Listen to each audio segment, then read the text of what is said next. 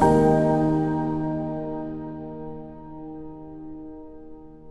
guys, and welcome as always to Live and Undrugged, Series 2. It's great to have you here. I will put up my sponsors at the end of this podcast. This evening, I am very blessed to be speaking to Hollywood actress Katherine Norland. Some of you may know her from the Darman videos, which are really big on YouTube. I'm going to be talking to Katherine about her life and some of her work. Hi, Katherine. Thank you so much for coming on. Thank you for your time. Well, thank you for having me. This is going to be fun. I can already tell. Yeah. I can already tell you're going to go deep. So let's see. I like to be honest. We have an honest show here, and I think people appreciate that. I just want to take you back to the start, really, the start of your journey. You weren't always from Hollywood. Tell me a little bit about your upbringing and, how you ended up in Hollywood, really. Well, I grew up in a small town of 9,000 people in a very cold place, Minnesota, or sometimes I would joke Minnesota. Yeah, lots of below zero temperatures. I never quite felt like I fit in there. I felt like a square peg in a round hole and just couldn't, I don't know, I just couldn't wait to kind of leave that place. But yeah, there came a time when I graduated high school and I was going to Bible college, like a correspondence course where they'd send you the stuff, the homework, and you'd send it back and all that. And I just felt like God was telling me to move to California and become an actress. And at first I just rejected that idea. I was like, what are you talking about? I never even did a play in high school. How could I think I auditioned for one and then I didn't get a part. So I thought, well, I must be terrible. So, what would the point be of doing that? But finally that just voice, that gut feeling, it wouldn't relent. So I drove to Hollywood, loaded up my car, and 6 hours after I got into town, I had my first audition. I've had over 800 since, and I've had fun being in more than 150 productions, not counting the more than 100 episodes I've done for Darman. And it's been a fun and challenging journey for sure. Yeah, it must have been. I kind of dipped my toes into the into the film business. I occasionally get asked to go and consult on a certain lifestyle to certain like directors and things.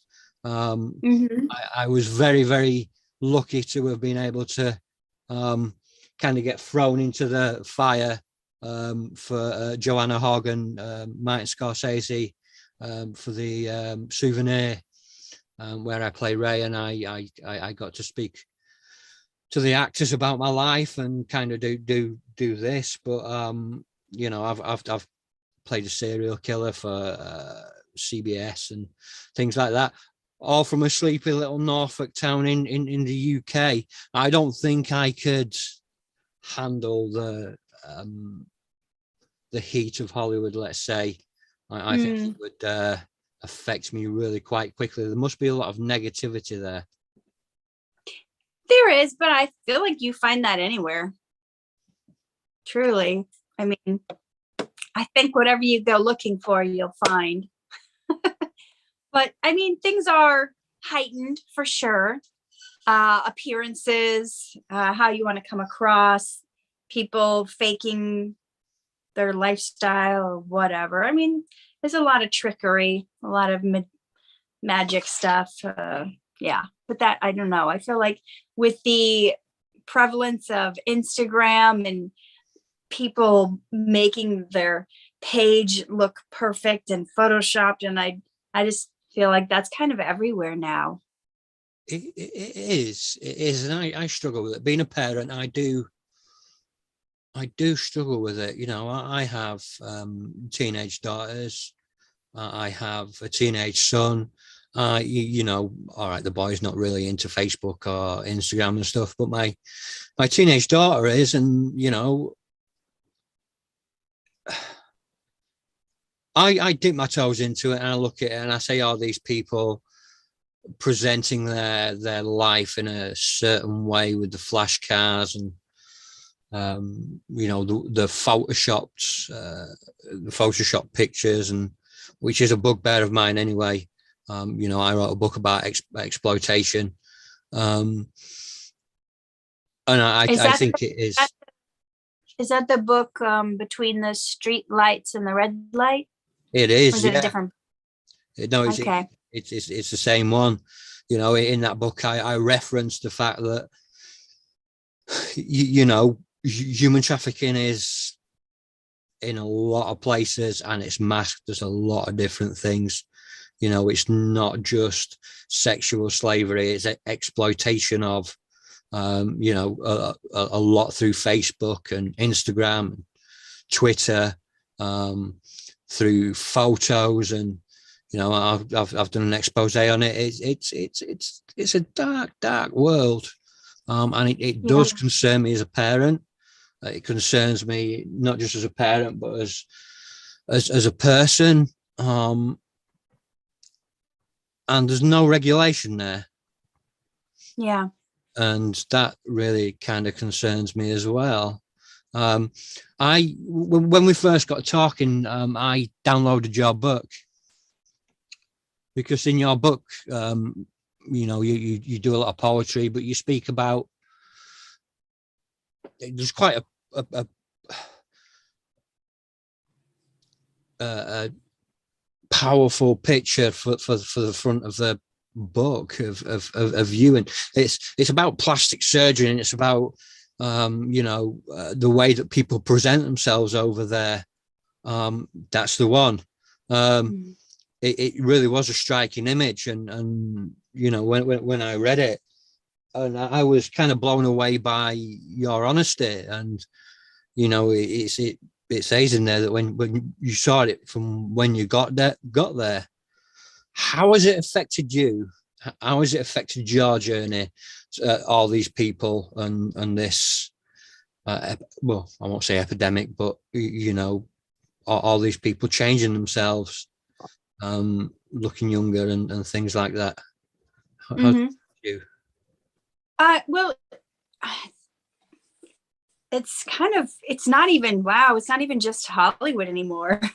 I remember watching an award ceremony once, and you know how they always have the comedic people come out in between and they're calling people up on stage, and they were saying who's sitting in this section and who's sitting in this section and who's sitting in this section.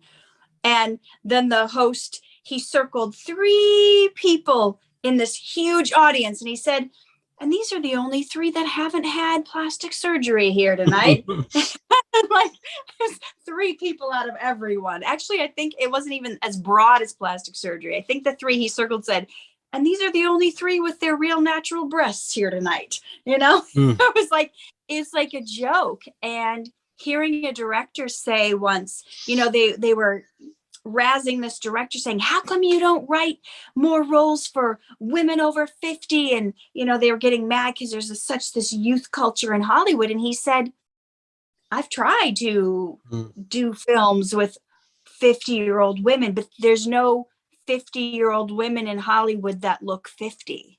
And I thought, wow, he's right. All the 50-year-old women in Hollywood look 35. Think of them. You know, J-Lo and Sandra Bullock probably fits in that category. He's right. There are no 50-year-old women who look 50. It's such a different thing now. And not that there's anything inherently wrong if you want to like fix yourself up. It's not even about that. It's like, the way I look at it, you know, we're spiritual beings. We're living in this earth suit, having this human experience, and no one would think twice if you wanted to scrape the paint off your house and paint it or get new shutters. And it's like the same with us, you know. If you want to like fix yourself up in some way, okay, no big deal.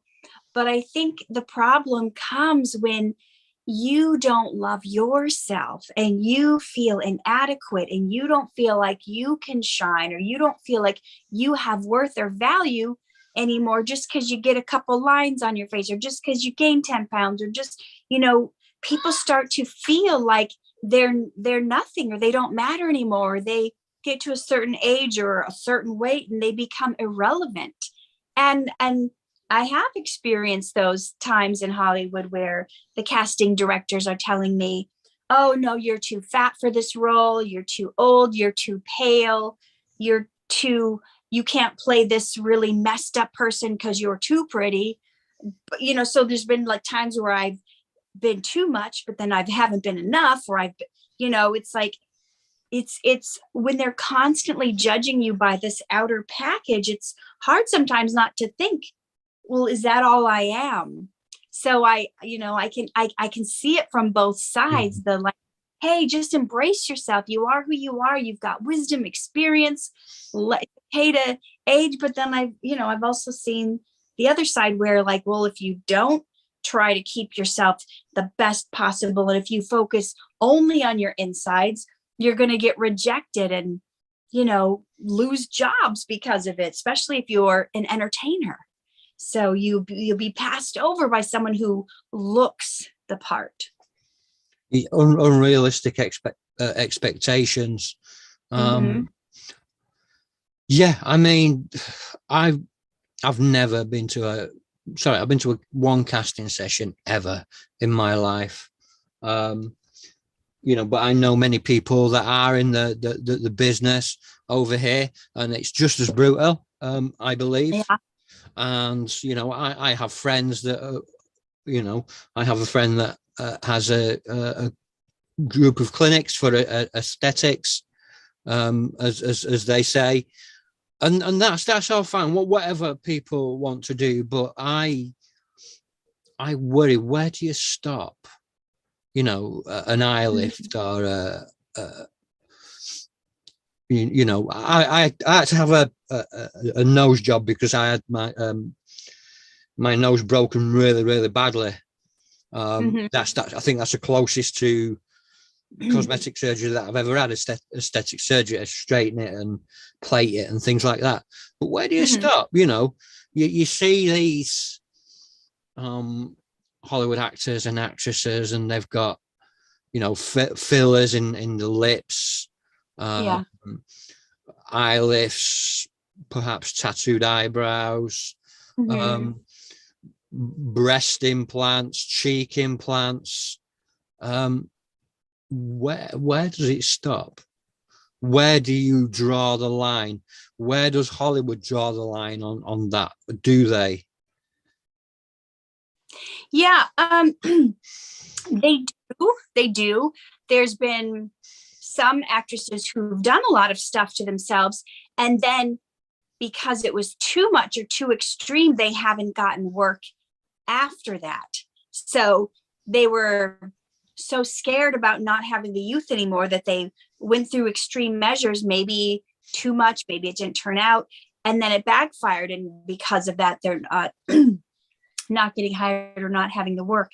But as far as like what is too much, what has gone too far, I think it really has to do with your insides. Because I'm just going to tie it into, I remember one time my pastor was speaking about money, and you know, the scripture, the love of money is the root of all evil. Money in itself isn't bad. Just like maybe getting work done in itself isn't bad. But when you become obsessed with it, when anything that you put above God becomes an idol to you. And if that chase to keep your youth, to keep a tiny waist, to keep looking a certain way, where it's come to the point where 16-year-olds are getting bunches of stuff done. Years ago, it was just like, okay, once you turned 50, maybe you got a little lift, a little something. Now we've got teenagers going in to have things done that they don't need to have done. And everybody like on Instagram or whatever, are starting to look the same. They all have the same sleek hair, the same eyebrows, the same big lips. Like they're all, it's like we're turning out like bunches of little robots of automatron sex dolls or something. I don't know. Just so people will be accepted. And I think no amount of work you get done is going to make a difference if you don't love yourself. No. It's going to be pointless. It's not going to fill that hole in your heart that only God can fill. I agree. I do agree. I do think that there needs to be more regulation on it. I do think that there needs to be more focus on, if you are having certain works done, then you need to see somebody to have a mental health check, because I don't think that I'm not saying everybody that has lots of plastic surgery have got mental health issues, but right. Surely, like, going that far into it and that deep into it, that's it is your mental health, that body dysmorphia, that I look into the mirror sometimes and I see my face a lot on these, and I've thought, maybe I don't know, but maybe the cream to sort out the skin and that. But then again, if I did that, where would it stop? I know for me, I have an excessive personality. I do things in excess when it comes to drink or other things, and I end up in a certain way. And I'm pretty sure that if I was thought like that and was chasing that, I would be the same down the middle of the road with plastic surgery and body sculpting and stuff like that. I think I need to lose a bit of weight, but where do you stop with that as well? It's, I don't know. I try to teach my kids that beauty comes from within. And it doesn't really matter what you look like on the outside.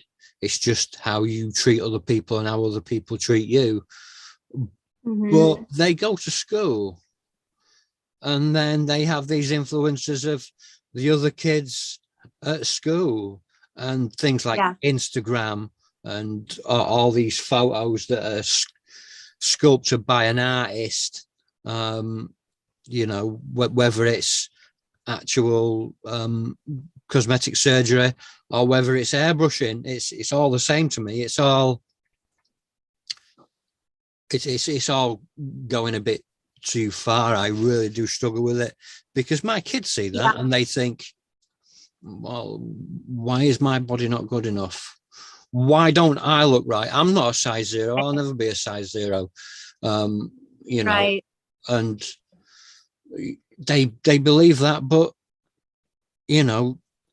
they see these ladies and men of all ages that stand up on Instagram with the money in hand, or the lip fillers and the lent against the car, unrealistic body images. That was the reason that I chose that I took the photo for the front of my book, which is a striking, not an object, written on the back of a lady's back, because men are objectified too. But the thing that strikes me about Hollywood, and not just the film business, but the whole thing about Hollywood and Instagram and this whole subculture that goes around, is that it's getting dangerous.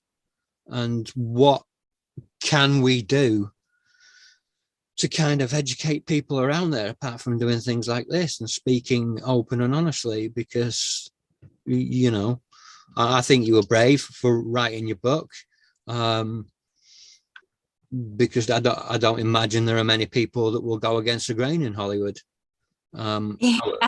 Fair. Yeah. I am writing a book about Hollywood too. We'll see. Showing some of the really unfavorable, unsavory sides. A lot of different sides. But yeah, I think, they've done studies on this. They've done research where they had like a group of guys rate photos, like photos of normal women, and rate what they look like.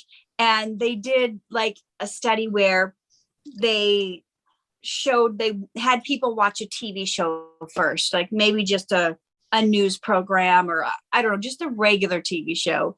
And I think this was back in the 70s or 80s. And then they would show them these photos of the girls, and they would rate their attractiveness. Then they had groups of men watch an episode or two of Charlie's Angels. Right. Which had the 3 gorgeous women. And then they brought out the same photos and had them rate the attractiveness of the women.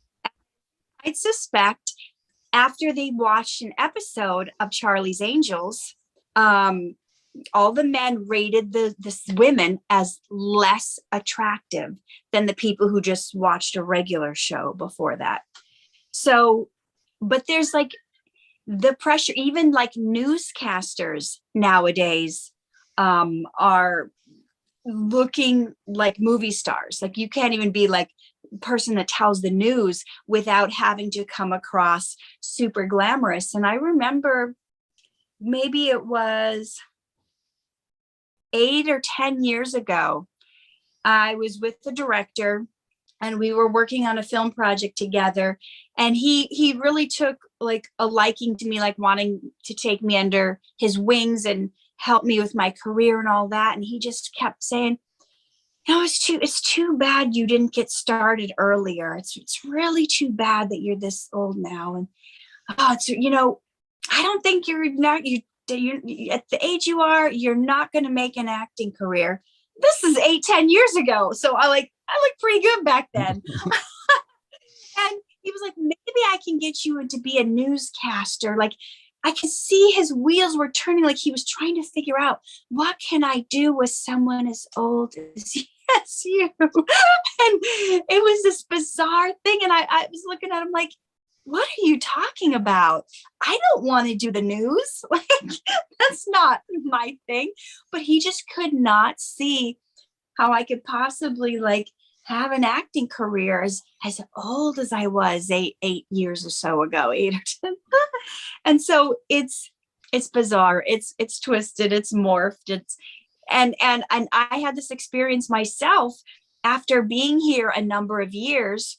And seeing all the gorgeous people. Every time I go to everywhere I go, I'm surrounded by people from all over the world who were told, you're gorgeous, you should move to Hollywood and become an actress or model. So like all the most beautiful people in the world come here to cash in on their looks. And I remember watching a documentary, and I'm watching this documentary, and I'm like, and I remember having this conversation with myself, like, oh my God, where did they find all these ugly people to interview in this documentary? And it dawned on me, like, these are not ugly people. It was like the people who watched the Charlie's Angels and then had to rate regular women. I had been so used to seeing all the most gorgeous people for every day for years that when I saw just a normal looking person, I was like, ooh, where'd they find these ugly people? So I've even fallen for that trap of what we see constantly, what we surround ourselves with. You can say that about appetites. You can say, well, if you're used to steak or filet mignon, you're not going to go eat hot dogs.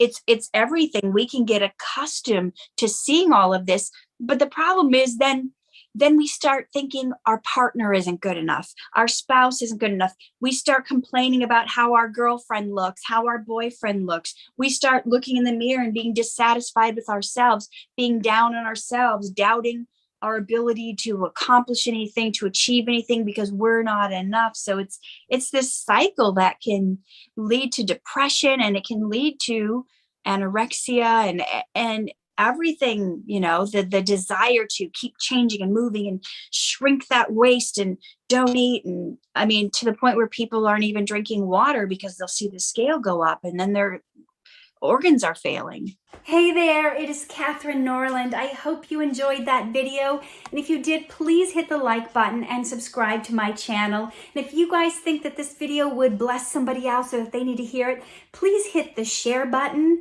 And there's a little bell button too where you can be notified whenever I have a video that comes out so you don't miss a thing. I appreciate you guys. Remember, always live true, love hard, shine bright, and I will see you in the next video.